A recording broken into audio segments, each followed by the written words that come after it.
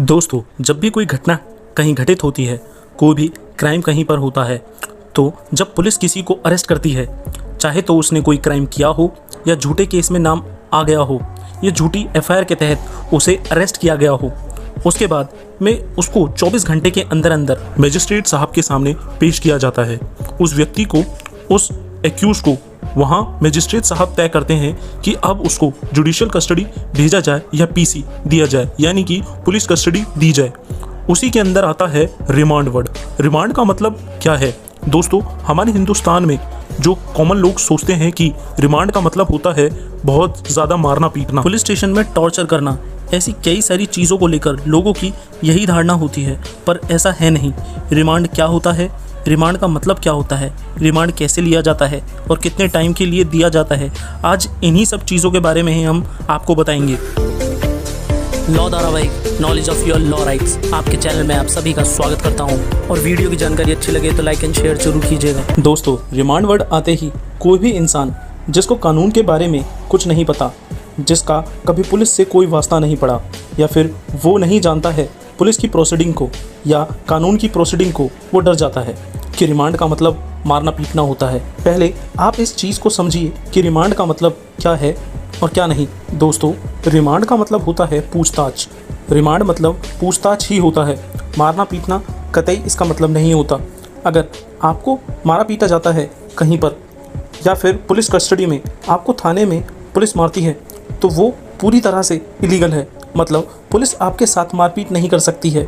थोड़ा और अच्छे से समझेंगे इस बात को कि मान लीजिए कि अगर कोई क्राइम हुआ है, पुलिस ने आपको अरेस्ट किया है, तो सबसे पहली गलती जो आप लोग कर देते हैं कि पुलिस आपको अरेस्ट करती है, कस्टडी में ले जाती है और वहाँ पर भी आपको 2-4 दिन तक बैठा कर रख लेती है। उसके बाद लेकर जाती है मजिस्ट्रेट साहब के सामने।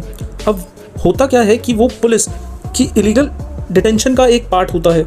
मतलब कि कोई भी पुलिस स्टेशन में 24 घंटे से ज़्यादा नहीं बैठा सकते हैं। 24 घंटे के अंदर अंदर वो आपको ले के जाएंगे कंसेंट मजिस्ट्रेट, यानी आपके इलाका मजिस्ट्रेट के पास। फिर मजिस्ट्रेट साहब करते हैं, जब पुलिस एक एप्लीकेशन लगाती है कि मुझे इस मुलजिम का रिमांड चाहिए ताकि हम इस केस से संबंधित और पूछताछ कर सकें। हमेशा पुलिस ज़्यादा से ज़्यादा रिमांड मांगती है, पर मिलता थोड़ा कम है, या फिर सेम टाइम पे ही मिल जाता है। मान लीजिए पुलिस ने मांगा 10 दिन का रिमांड, पुलिस चाहती है कि 10 दिन का रिमांड दे दिया जाए। जब वो देखते हैं मजिस्ट्रेट साहब उस पूरे केस को, तो देख कर के वे मजिस्ट्रेट साहब ये कहते हुए कहते हैं कि 1 हफ्ते का रिमांड आपको मिलेगा। और कई बार ऐसा भी होता है कि 2-4 दिन का भी रिमांड मिल जाता है। वो डिपेंड करता है पूरे केस के ऊपर।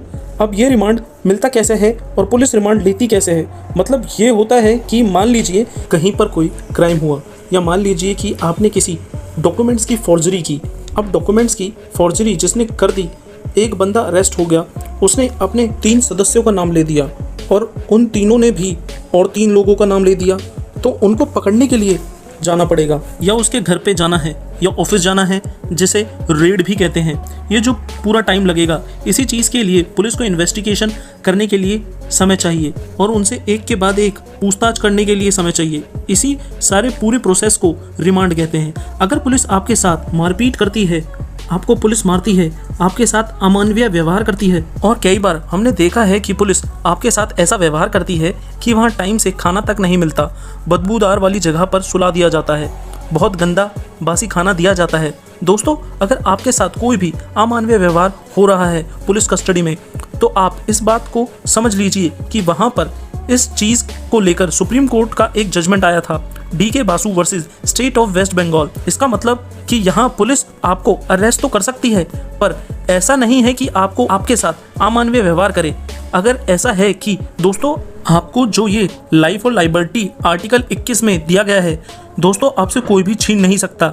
जैसे कि कस्टडी में रात भर ना सोने देना, आपको बार बार परेशान करना, उठाना, आपने अक्सर ये सब पिक्चर्स में भी देखा होगा, तो पुलिस ऐसा नहीं कर सकती, ये इलीगल है। और सोने का अधिकार भी आर्टिकल 21 के अंतर्गत आता है। दूसरी बात, अगर पुलिस आपके साथ बहुत ज़्यादा मारपीट आपके साथ में करती है, तो दोस्तों मैं आपसे यही कहूँगा कि जो पुलिस चाहती है और पूछती है वो सब बोल दीजिए, क्योंकि जो भी चीज़ें आप वहाँ पर बोल रहे हैं, डरा धमकाकर या फिर किसी भी तरह का प्रलोभन को देकर जो भी स्टेटमेंट आपसे ली गई है, वो कोर्ट में एडमिसिबल नहीं होती। तो आप ये मत सोचना कि जो भी आप वहाँ स्टेटमेंट दे रहे हो, लिखित तौर पर या फिर साइन करके दोगे वो आपके अगेंस्ट होगी और मैं जेल से इस स्टेटमेंट की वजह से छूटूंगा ही नहीं। वकील साहब जो आपकी बेल लगाएंगे आप बिल्कुल छूट जाओगे, डरने की कोई ज़रूरत ही नहीं है। पुलिस अगर अमानवीय व्यवहार आपसे करे तो आप उस समय तो उस चीज़ का बिल्कुल भी विरोध ना करें।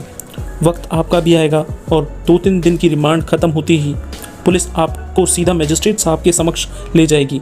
तो जिन लोगों को जेल हुई है या कभी जेल गए हैं या मजिस्ट्रेट साहब के पास गए हैं और पुलिस ने बहुत मारा पीटा है या गलत तरीके से टॉर्चर किया है, तो अक्सर रास्ते में ही पुलिस बोल देती है कि कोर्ट में जाकर कोई भी फालतू बातें मत बोलना। अगर आप कुछ भी बोलोगे तो जज साहब आपके साथ ये कर देंगे, वो कर देंगे।